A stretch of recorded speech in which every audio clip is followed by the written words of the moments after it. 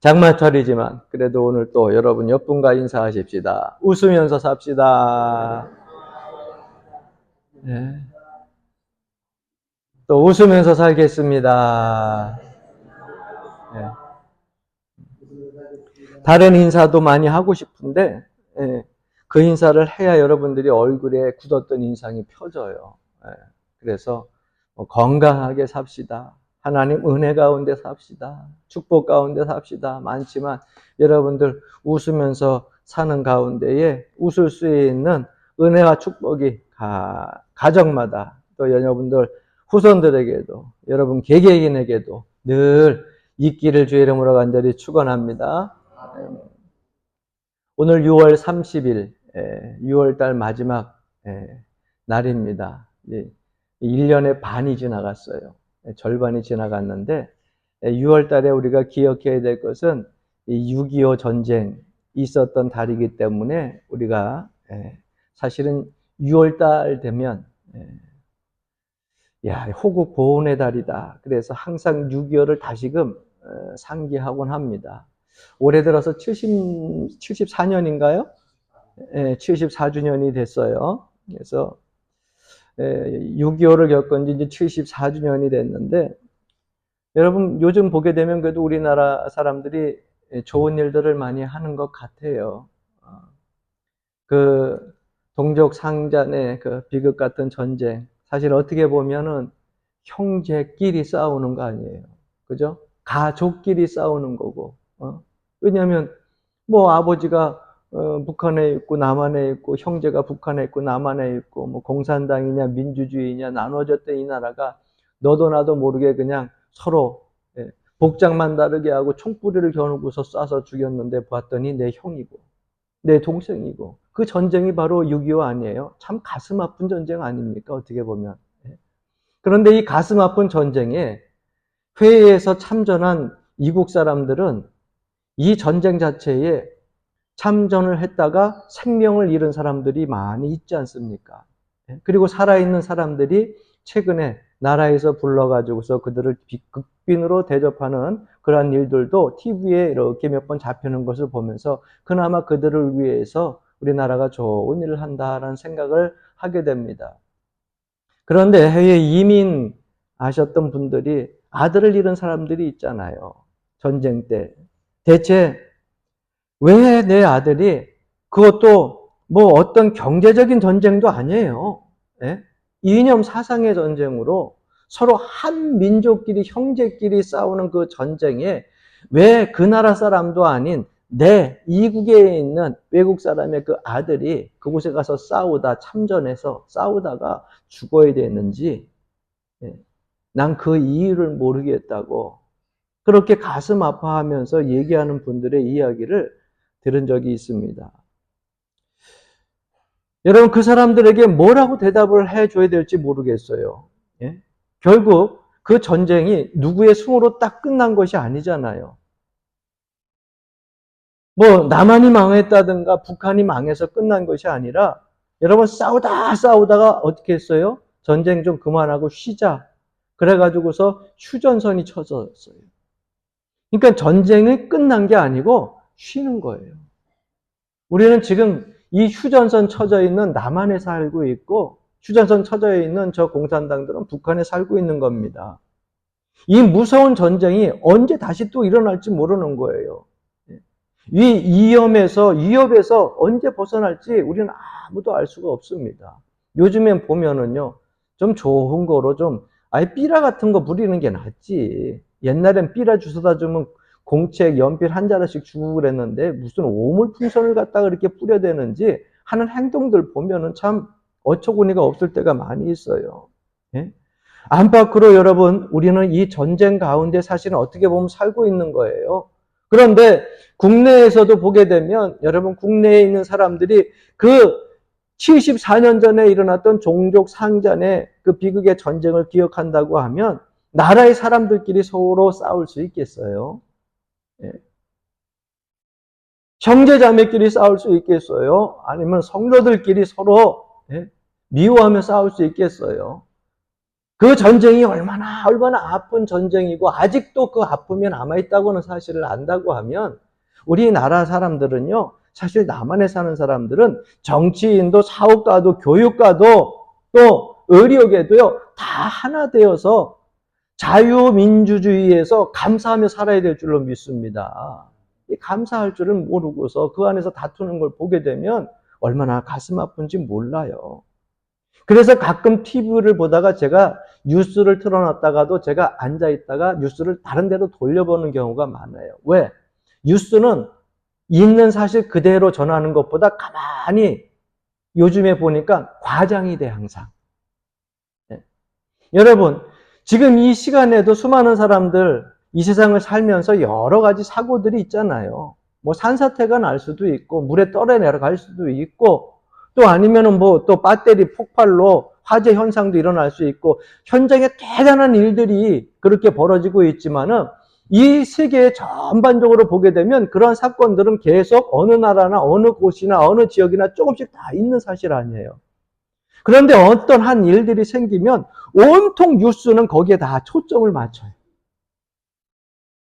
그래서 그 초점을 맞춰가지고 아침부터 저녁에 잠자기 전까지 그 뉴스가 계속해서 거기에 대해서만 집중적으로 나오니까 이것이 뭐 대단히 너무너무 큰 것처럼 온 세상이 그거 하나로 다 이루어진 것처럼 그것 때문에 좌우되는 것처럼 사람들이 걱정을 하게 되는 거예요. 빗길에 차가 미끄러져가지고 뭐 차가 잠깐 뒤집혔어. 그런데 사람은 아무 다친 데가 없고 조금 찌그러졌어요. 아유, 다행이다. 그러고 넘어가면 한 번으로 끝나면 되잖아요. 아침부터 저녁까지 그 뉴스가 시작되어지면 최소한 10번 이상은 봐야 돼. 어느 순간에 뇌에 각인이 박혀지잖아요. 대단하게 되게 큰 일처럼. 사람은 아무렇지도 않은데. 예. 그러다 보니까 사람들이 뉴스를 보고 나면 자꾸 마음에 뭐가 생겨요? 걱정이 생깁니다. 예. 생각지도 않았던 걱정들이 자꾸 가장되게 표현돼서 계속해서 집중적으로 우리의 생각을 움직이게 된다는 거예요. 그래서 큰 불행이 아닌데 사소한 일인데 그 사소한 일들이 나에게 있어서 가장 큰 불행처럼 다가오는 것처럼 느끼게 한다는 거예요. 저는 우리 성도들이 이 세상을 살아갈 때 좀 편한 마음을 가지고 사소한 일들, 아니 더 큰 일들을 당해도 여러분 우리 하나님의 자녀 아닙니까? 믿음 안에서 하나님이 모든 삶 속에서 협력하여 합력하여 선을 이루게 하신다는 것을 믿고 좀 담대하게 기쁨을 가지고 사시기를 바랍니다. 주택의 문제도 마찬가지예요. 요즘 젊은 아이들이 주택 마련하는 게 보통 힘든 게 아니잖아요. 우리 자녀들도 보게 되면 가장 걱정하는 게 그 여러 가지 중에 하나가 주택 문제인 것 같아요. 앞으로 집을 사는 것이 얼마나 힘든 것인지. 아유, 목사님, 세상에 많은 사람들, 부자들은 뭐 집이 한 채도 있고, 두 채도 있고, 뭐 세 채도 있고, 그거 갖고서 뭐 부동산 노리려면서 돈을 뭐 1억에서 10억, 10억에서 100억으로 그렇게 불린다고 하는데 나는 아직도 사글세에 살고 있다고. 우리 자녀들은 집도 없다고. 여러분, 스위스 같은 복지 국가도요, 97%가 다 임대주택에 살고 있어요. 스위스, 덴마크는요, GNP가 우리나라보다 높잖아요. 그런데 그런 복지 국가도요, 자기 집이 아닌 임대주택에서 다 돈 내고 살고 있다니까는요. 그러므로 여러분 세상에서 우리가 집 살고 있을 때 내 집이 아니라고 해서 불행할 거 하나도 없어요. 할렐루야. 에이, 목사님. 아멘을 안 할 때 내가 바로 여러분들 생각을 알지, 캐치를 하지요. 그래도 내 집이 있는 게 좋죠. 여러분, 저도 어렸을 때 셋집에서 산다는 것이 얼마나 서글픈 건지 알아요. 왜? 주인집 애가 나보다 힘이 약한데 그 주인집 애가 나를 못 살게 해도 내가 그 애한테 큰 소리 한번 칠 수 없는 게 셋집살이 아니에요. 그러나 여러분 생각해 보십시오. 이 목사도요, 집이 없어요. 여러분들 가지고 있는 새 사는 집들은 돈 내면서 그곳에 살 수 있지만은요, 이 목사는요, 이따가도 70이 되게 되면은 여러분 여기에서 돈 주고 있는다 그래도 여러분들이 나를 여기 내버려 두지 않고 나가라 그래. 그때 안 그러실 분이 있을 것 같아요? 목사님, 그때까지 뭐예요? 돌아가실 때까지. 천만의 말씀. 제가 저걸 절대로 안 믿죠. 왜? 은퇴하면 떠나게 되니까. 지금 살고 있는 집은요, 여러분 내가 교회에서 목회하는 동안 사실 보면 여러분들한테 어떻게 보면 임대로 살고 있는 거예요. 난 그래도 행복해. 근데 여러분들 세놓고 전세로 살고 여러분 가정에 집도 있는데 왜 뭐가 불행하다고 맨날 걱정거리 때문에 불평하고 원망해요. 감사하시길 주 이름으로 간절히 축원합니다. 지금 집 한두째, 셋째, 넷째 있다고 자식들한테 물려준다고 해서 그 집이 여러분 영원한 여러분들의 집이 아니에요. 왜 우리 신앙생활 하면서 우리 뭐라고 얘기합니까? 인생은 나그네 길이요. 머물다가 가는 곳이에요. 우리의 삶이 이곳에 있다가 여러분 육신의 장막을 벗으면 다 우리는 본향으로 가는데 본향에 내 집이 있잖아요. 그 본향에. 그런데 이곳에 사는 것이 전부인 양 이곳에 있는 집들이 다 내 집에서 사는 것이 전부인 양 여러분 생각을 할 때가 얼마나 많아요. 그러니까 그것 때문에 걱정이 사라지지 않고요. 두려움이 사라지지 않고 행복하게 살 수 있는데도 그 불행감이 내 마음속에서 자리 잡고 떠나지 않는 거예요. 여러분 나의 본향에 나의 지은 집이 하나님께서 준비하고 예비하신 집이 있다고 하는 것을 기억하시고 이 땅에서 사는데 기쁨을 가지고 평안한 가운데 행복하게 사시길 주 이름으로 간절히 축원합니다.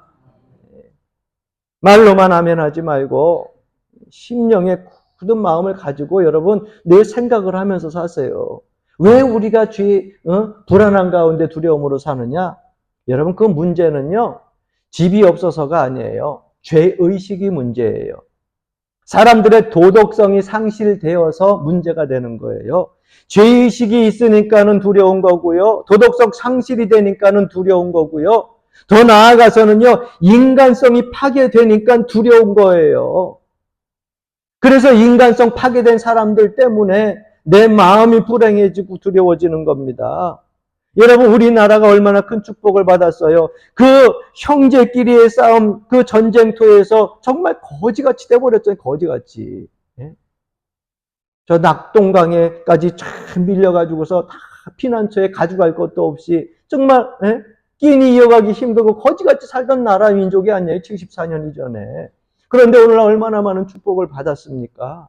우리는 하루 동안 하나님의 축복을 받고 나면 그 다음에는 감사한데 이 축복이 계속 이어지면 1년 정도 지나가면 또 아니면 10년 정도 지나가면 자꾸 잃어버려요. 내가 늘 이렇게 살았은 줄 알고 착각을 한다는 거예요.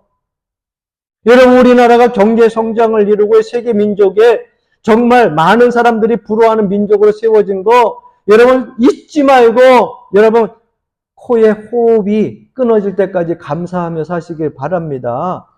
네. 하나님의 보호와 축복이 있지 않다고 하면은 이 나라가 이렇게 성장할 수 없어요. 그런데 이 성장하던 이 나라 민족이요. 왜 어느 때 위기가 오느냐? 하나님이 축복해 주셨을 때에 더 주어진 소명감을 가지고 사명 잘 감당해야 되는데 그렇지 아니하고 그것 갖고서 죄를 만드는 데 씁니다.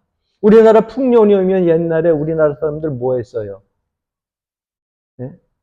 풍년이 오게 되면은요, 쌀 먹을 게 남아가지고 그거 갖고 뭐 하는 줄 아세요? 술 담가. 먹을 쌀이 남으니까 떡하고 술 담가가지고서 잔치 벌려가지고서 죄의식 속에 빠지게 사람들을 만들어가요. 여러분, 그러한 것들이 결국 뭡니까? 사람들의 생각을 망가뜨리고 그 심령을 망가뜨리는 거 아니에요. 네? 나라가 점점 경제적으로 성장하니까는요, 그저 남녀노소 상관없이요, 웬 그런 나이트 클럽에 모여드는 사람들이 점점 많아요. 점점 많아져요. 왜? 놀고 쓸 돈들이 많으니까 그곳에 가서 거기서 풀구서 쾌락으로 즐기는 거예요. 여러분, 이러한 삶 속에서 죄된 삶이 계속 이어지게 되면 소돔과 고모라처럼 무너질 수밖에 없어요. 하나님께서 축복해 주신 거 잘 간직해야 될 줄로 믿습니다. 세계에 있는 많은 나라의 역사가들은 우리 이 나라를 이스라엘과 비슷하다 이렇게 얘기를 해요. 그런데 우리나라 민족사를 가만히 보고 이스라엘 역사를 가만히 보게 되면 정말 비슷한 데가 많아요. 이스라엘 이 백성들이 얼마나 많은 순환을 겪습니까? 나라를 잃어버려 가지고서 2000년 동안 떠돌이 생활하다가 다시금 하나님의 은혜로 이스라엘이라는 나라가 세워진 거 아니에요. 우리나라도요, 딴 데 침략하기보다는 침략을 하도 많이 받았는데 이 조망만한 나라가 뭐 그렇게 좋다고, 그런데 요충지라고, 계란 중에도 노란자라고요. 주변에 보게 되면 우리나라보다 약한 나라가 어디 있어요? 예? 여러분, 중국이 우리나라보다 약해요? 떠놓고 얘기해 보세요. 일본이 우리나라보다 약해요? 우리나라가요, 36년 동안 일제 치하에서 치욕적인 삶을 살았잖아요. 나라 잃은 백성으로. 얼마나 수많은 주변의 민족들이 우리나라를 먹기 위해서 수없이 침략을 했습니까? 그런데도 하나님이요, 잃어버렸던 36년 다시 되찾게 하시고 경제적으로 성장하고 부흥하여 가지고 이제는 나란히 어깨는 등한히 나누지는 못한다 할지라도 감히 막 함부로 할 수 있는 나라가 되지 않도록 하나님이 지금까지 복 주셨잖아요. 외국 사람들은 이해가 안 된다는 거예요. 한국, 이 나라가 이렇게 성장하는 것이 이해가 안 된다는 거예요. 아직도 전쟁이 끊이지 않는 휴전선이 쳐져 있는 저 북한에는 김일성, 그 다음에 김정일, 그 다음에 그 아래로 3대로 김정은까지 내려오면서 공산주의 국가가 오물풍선을 내려보내지 않나, 계속해서 미사일 만들고 핵무기 만들어 가지고서 서해안 쪽에다 동해안 쪽에다 빵빵 싸대면서 위협하지 않나. 다 피바다를 만들어버리겠다, 위협하지를 않나. 그런데 국내에서는 이곳에서 저곳에서 시위를 하면서 무슨 파업이니, 이런 파업이니, 저런 파업이니, 여러분, 그 파업을 우리는 파업이라고 그러지만 외국에서는 볼 때 그건 파업이 아니라 전쟁이라고 얘기를 해요. 전쟁이라고요, 전쟁. 주변에서도 위협하고 있는데 안으로서도 전쟁, 그렇게 하고 있는 그 시위 속에서 어떻게 그곳에서 한국 사람들이 살고 있는지 희한하다는 거예요. 말해서도 벌써 망해야 될 나라인데, 흩어져도 벌써 흩어져야 될 나라인데 어떻게 용케도 살고 있다는 거예요. 여러분, 이것이 어떻게 된 일인가 한번 생각해 본 적이 있어요. 저는 이사의 말씀을 읽으면서 하나님께서 보호해 주시지 않으면 이 나라 건재할 수 없다고 하는 걸 다시 한번 기억하게 됩니다. 하나님이 보호해 주시는 거예요. 할렐루야. 오늘 본문에서도 하나님의 은총, 그 초월적인 능력이 나타나 있지 않습니까? 본문의 시작이 어떻게 시작되어지고 있어요? 그러나 이렇게 시작되어지고 있어요. 네. 나라에 환란이 있어요. 그러나 죄악이 관영해요. 그러나 재난이 있어요. 그러나 심판이 있어요. 그러나 참 비참하고 절망이 있는 그러한 나라인데, 그러나 하나님께서 말씀하고 계십니다. 이 민족을 사랑하고 계시다고 하는 거예요. 할렐루야. 하나님은 이 땅의 창조주요, 또 우리의 구원자이십니다. 그래서 신학자 하비 칵스라고 하는 사람은 그에 져서 세속도시에서 그런 얘기를 했어요. 우리가 하나님이라고 하는 그 이름을 명사로 이해하기보다는 하나님이라고 하는 그 이름을 동사로 우리가 표현하는 것이 훨씬 은혜스럽다, 이렇게 얘기를 합니다. 하나님은 빈곤과 고난과 타락의 이 엄청난 죄악의 세속도시 속에서도 살아서 역사하고 계신다는 거예요.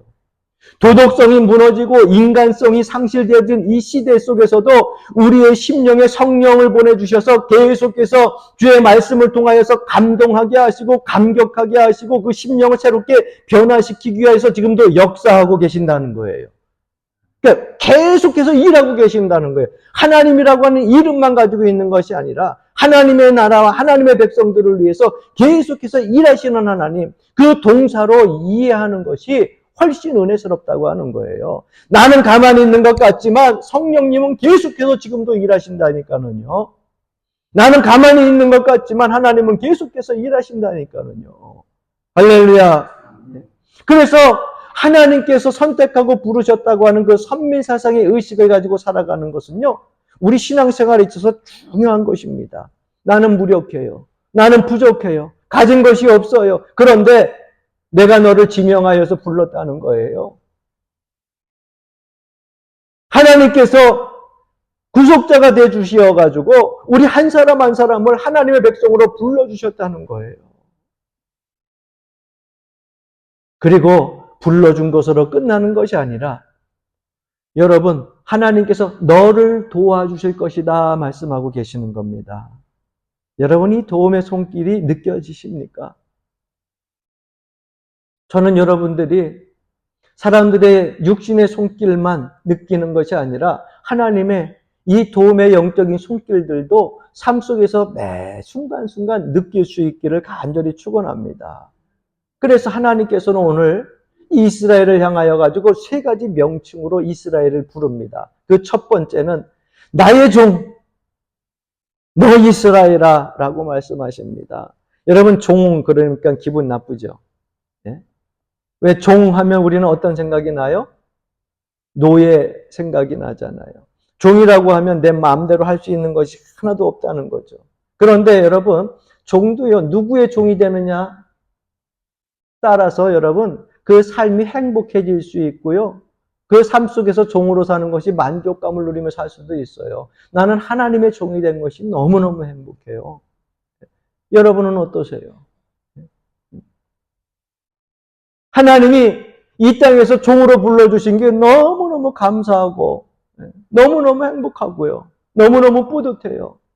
내 스스로 내가 막 하고 싶어도 할 수 없는 것들은 많지만은 나의 주인이 누구예요? 하나님이에요. 하나님의 노예로 하나님의 종으로 살지만은 여러분, 내 주인이 하나님이라고 하는 것 자체가 나는 너무 행복한 거예요. 왜? 그 하나님은 이 땅의 모든 것의 주인이 되시거든요. 여러분, 누구의 종이 되느냐에 따라 가지고서 불행도 행복도 있는 거 아니에요. 마귀의 종 돼보세요. 있는 거 다 뺏어가지요. 사람의 종이 돼보세요. 사람이 여러분들의 모든 생명까지 책임져 주십니까? 하나님의 그 사랑과 은혜로 우리를 종 삼으셨는데 종은요, 책임질 게 없어요. 내가 가지고 있는 지식도 누구를 위해서 쓰면 돼요? 하나님을 위해서 쓰면 되고, 내가 가지고 있는 재능도 하나님을 위해서 쓰면 되고, 내가 가지고 있는 물질도 하나님을 위해서 쓰고. 예?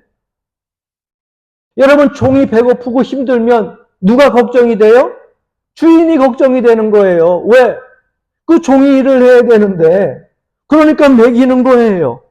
배고플까봐 먹이고요. 힘든 일 있으면 하나님께서 그 힘든 일들 뭔 일인지 봐가지고 해결해 주시고.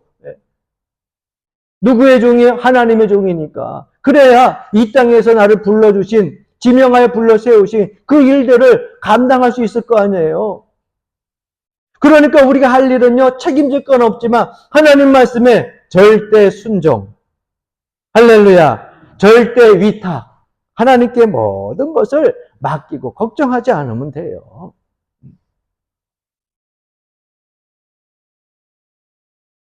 정말 충성스러운 종은요, 주인의 은혜를 누리고 사는 것입니다.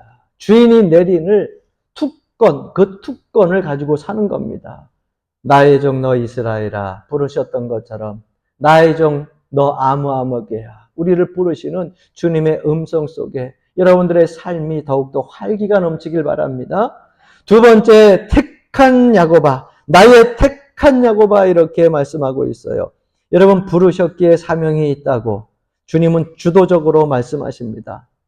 결코 잃지 않을 것이다. 내가 너를 택했다고 하는 것은 여러분, 나를 사명자로 불러주셨다는 거예요. 그런데 여러분, 사명자로 부름받았다고 하는 것은 본인이 소명감이 있어야 돼요. 저는 사명보다 먼저 있어야 될 것이 소명이라고 생각합니다. 여러분, 저 좀 보세요. 여러분들 스스로가 집사님으로 아니면 연화제일교회 교회의 권사님으로 장로님으로 하나님께서 나를 부르셨다고 하는 소명이 있으세요? 그 소명감이 있어야 돼요. 아, 하나님이 나를 부르셨구나라고 하는 그 소명감. 그 소명감이 있어야 그 다음에 사명 감당하지요. 소명감도 없는 사람이, 부름받았다고 하는 소명감도 없는 사람이 뭔 사명을 감당을 합니까? 저는 그래서 우리 교인들에게 항상 주님 말씀 붙들고 살 때에 소명감을 먼저 인식하고 부름받았다고 하는 그 사실을 가지고 있어야 사명감을 가지고 열심히 일하는 거예요. 할렐루야. 네. 자는 것도 사명인가? 조는 건 사명이 아니야. 조는 건 사명이 아니에요. 내가 너희를 쓰겠다. 그러면 내가 소명감을 가지고 주님 앞에 쓰임받게 된다고 하면 여러분 나는 어떤 모습으로 쓰임받을 것인가 준비해야 되잖아요. 금그릇도 있고 은그릇도 있고 나무그릇도 있고 질그릇도 있으나 여러분 하나님께 쓰임받는 그릇은 어떤 그릇이요? 깨끗한 그릇이요. 깨끗한 그릇. 그러니까 부르심으로 내가 소명감을 받았다고 하면 주님 앞에 주님의 뜻을 위하여 주님의 그릇으로 쓰임받기 위해서 늘 정결함을 유지하고 믿음으로 주님만을 바라보면서 그 안에서 살아가야 된다는 것입니다. 왜? 택한 사람이기 때문에. 할렐루야. 크게 한번 아멘 해보세요. 할렐루야. 마이크 소리가 적어서 그런가요? 세 번째, 하나님은 이렇게 부르십니다. 나의 벗 아브라함의 자손아라고 말씀하십니다. 나의 벗, 여러분 히브리어로 오합이라고 하는 말은요, 아하브라고 하는 원어에서 나온 말인데 이 원어의 뜻을 좀 더 우리나라 말로 가깝게 더 풀이하자고 하면 이 벗이라고 하는 단어를 이렇게 표현하는 거예요. 나를 계속 지속적으로 사랑하는 자. 나의 벗. 나를 계속 지속적으로 사랑하는 너야. 아브라함아. 여러분 하나님께서 우리의 벗이 된다. 여러분 감히 어떻게 하나님과 나의 벗이 될 수 있어요? 같은 친구 사이였다가도 한 사람이 대통령 되면 한 사람은 뭐 총리가 되든 국회의원이 되든 여러분 신분의 이 사이에서 차이에서는요 나의 벗이라고 뭐 그렇게 부를 수 있어요? 나야 뭐 들으니까 안 들으니까 상관없이 뭐 성녀라 그렇게 부르도 상관이 없지만은 옆에서 많은 그 주변에 있는 사람들이 막 부를 수 있어요? 친구라도 못 부르죠. 항상 부를 땐 뭐 대통령님 이렇게 불러야 될 거 아니에요. 그런데 여러분 하나님이 그 위대하신 창조주 하나님이요 우리를 격상시키고 본인을 격화시켜서 나를 친구로 불러주신 거예요. 친구로. 얼마나 감사해. 그것도 나를 지속적으로 사랑하는 나의 벗이요, 친구요 이렇게 말씀하고 있는 겁니다. 여러분 그러니까 하나님은 우리와 얼마나 함께 하시기를 원하시는지 나 늘 동행하기를 원하시는지 나의 벗이라고 부르는 그 순간 우리는 알 수 있는 거예요. 내가 힘들 때에도 어려울 때에도 즐거울 때에도 행복할 때에도 하나님은요 늘 우리와 함께 동행하기를 원하고 계시는 거예요. 그러면서 말씀하십니다. 따라해 봅시다. 두려워하지 말라. 내가 너와 함께함이라. 할렐루야. 오늘 14절에는 보세요. 야곱을 부를 때 뭐라고 불렀나? 버러지 같은 너 야곱아. 버러지가 뭐예요, 여러분? 벌레 아니야, 벌레. 어떤 사람은 벌레가 무서워서 도망가지만은요, 벌레는 이렇게 가다가 여기 벌레 있네. 하면 그냥 죽는 거야. 네? 종이 갖고 한번 이렇게 툭 쳐가지고 전리치면은 벽에 부딪혀가서 기절하는 게 벌레야. 사람들 발에 걸리면 발로 쑥 그냥 옆으로 차버리는 게 벌레 아니에요. 그런데 땅속에 있거나 땅 위에 기어다니거나 흔히 사람들 발에 밟히는 그런 버러지 같은 그런 천한 야곱아. 그럼에도 하나님께서는 그러한 축복받을 수 없는 자격이 없는 그러한 사람임에도 불구하고 우리를 벗으로 삼아주시고 택하여 지명부해서 불러주셨다고 하는 겁니다. 그리고 또 이렇게 말씀하셔요. 13절 말씀 보면 이는 나 여호와 너의 하나님이 내 오른손을 붙들고 내게 이르기를 두려워하지 말라 내가 너를 도우리라. 할렐루야. 하나님이 도와주신대요. 여러분 제가 도울 수 있는 것은 기도하는 것밖에 없죠. 목회자가 뭐 할 수 있는 게 기도밖에 더 있어요. 목사님 기도해 주세요. 기도해 주세요. 여러분 열심히 주님에게 기도하고 간구하는 것밖에 없어요. 그러나 여러분들을 돕는 것은 누가 도와요? 하나님이 도우시는 거예요. 할렐루야. 개인적인 사랑을 약속하고 있는 거예요. 친구로서 하나님이 여러분을 택하여 부른 것이 그냥 부른 것이 아니라 오른손장 중에 붙들어주고 두렵지 아니하도록 늘 하나님께서 보호하여 주시고 도와줄 일이 있으면 도와주신다는 거예요. 지금도 세계 제2차 세계대전 당시 독일이 600만 명이나 되는 수많은 유대인들을 무참히 학살했던 아우슈비츠 그 수용소에 가게 되면 그 수용소에는 아직도 벽에 선명하게 글씨가 남아있다고 합니다. 대체 그 많은 유대인들이 세상에서 비참하게 죽어갈 때에 하나님 그들을 선민으로 택하여 주셨는데 하나님은 어디 계셨습니까? 그렇게 질문하는 많은 사람들이 있지만 그 사람들이 그 벽 속에 있는 그 글을 보고서야 다 침묵한다는 거예요. 그렇게 가스실에 가서 실험실에 또 무참히 그저 실험용으로 죽어가던 많은 사람들 수용소에 쓰여져 있는 내용이 어떤 내용인 줄 아세요? 지금은 내가 찬송가 304장인가 404장으로 알고 있는데 바뀌었을 수도 있어요. 근데 그 찬송가 가사 이런 가사가 쓰여 있는 거예요. 그 크신 하나님의 사랑 말로 다 형용 못하네. 우리 너무나 잘 아는 찬송이잖아요.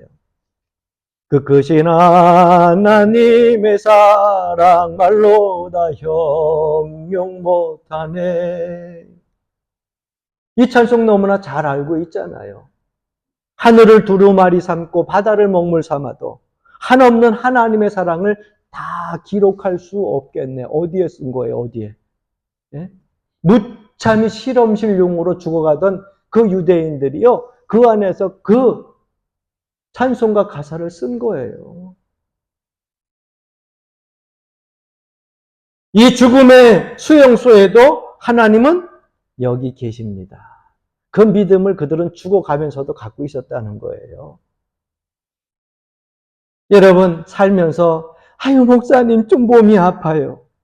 아유 목사님 우리 자녀들 때문에 걱정이 돼요. 아이고 먹고 사는 게 걱정이 돼요. 농산물이 걱정이 돼요. 밭이 걱정이 돼요. 사랑하는 성도 여러분, 죽어가는 그 수용소, 그 무참히 짓밟히는 그 가운데에서도 하나님은 여기 계십니다라고 하면서 그 찬송의 가사를 썼던 하나님의 사랑을 표현했던 그 신앙의 순교자들의 모습들을 우리도 각기를 주의 이름으로 간절히 축원합니다. 별것 아닌 사소한 것 때문에 걱정하고 그것에 마음 빼앗기지 말고 하나님은 우리를 도우시는 하나님이에요. 오른손으로 붙잡아 주시는 하나님이에요. 할렐루야. 이 민족이 섬나라잖아요. 위로는 공산당 휴전선 못 가요. 동해 남해 서해 바다예요. 섬나라예요. 여러분 육지에 살고 있지만 그런대로 여러분 북쪽으로 비행기 못 가지만은 비행기 타고 그저 동해 남해 서해 저쪽으로 다 떠가지고 세계 어느 곳이든지 다 갈 수 있는 나라가 됐어요. 우리나라가. 우리나라 사람들이 가면은 세계 사람들이 다 좋아해요. 잘 사는 나라, K-팝, 살기 좋은 나라. 많은 사람들이 부러워하는 사람들이 왔다고 다 좋아하고 즐거워하잖아요. 중국 사람이 가면은요, 중국 사람이 가장 먼저 그 외국에 가면 세우는 것이 요리집이래. 중국 사람들은요, 하늘에 나는 비행기하고 쇠로 만든 철로 된 탁자만 못 먹고 닭살만 먹는데. 우리 박봉규 집사님 여기 있어서 그 말이 맞는지 안 맞는지 그러는데 내가 중국 갔을 때 처음 하는 가이드 얘기가 그래요. 목사님 이곳에는요 중국 사람들은요 다 먹어요. 다 먹어요. 철로 된 비행기하고 철로 된 탁자만 못 먹고 다 먹는데 갔더니 시장통에 갔다 깜짝 놀랐어요. 뭐 뱀이고 쥐고 뭐고 다 있어. 아이라고. 뭐 뭐든지 다 그냥 다 먹어. 그래서 우리가 못 먹는 것도 거기 가면 다 먹는 거로 삶아서 다 먹어. 그래서 요리집이 먼저 생긴대요. 일본 사람들은 해외에 나가서 자리를 잡기 위해서 가장 먼저 세우는 건이 뭐냐면 상점을 세운대요.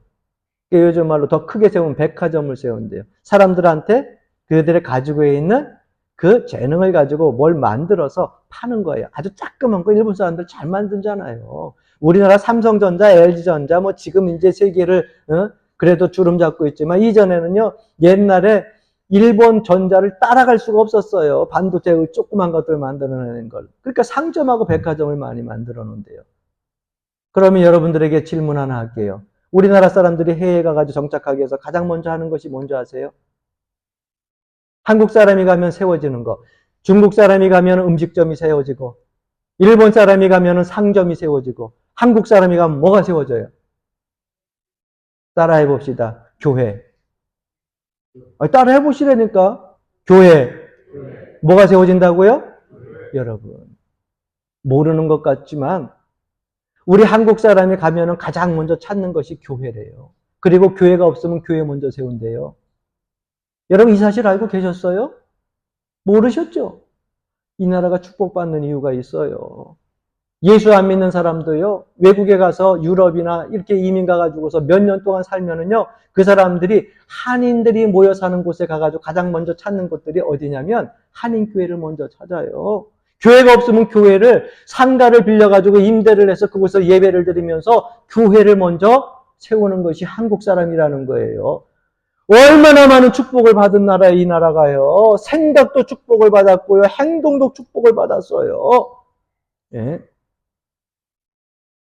그래서 한국 사람에게 주어진 시대적인 사명이 얼마나 큰지 몰라요. 아프리카에 가면은 미국 사람들 선교사로 갔더니 선교사들 보게 되면 다 죽였잖아. 예? 여러분 보셨죠? 예? 창끝 이야기라고 하는 책 읽어보셨죠? 미국 사람들이 그렇게 공을 들여가지고서 아프리카 갔더니 죽였잖아. 왜? 아프리카 사람들은요, 흑인종 아니에요. 예? 우리말로 얼굴이 까만 사람들이야. 그 사람들은요, 열등의식 속에 살고 있어요. 왜 그런 줄 아세요? 백인들이 노예로 부려먹었던 그 시절이 있잖아. 예? 그러니까는 백인들이 와가지고 선교하려니 선교가 돼요.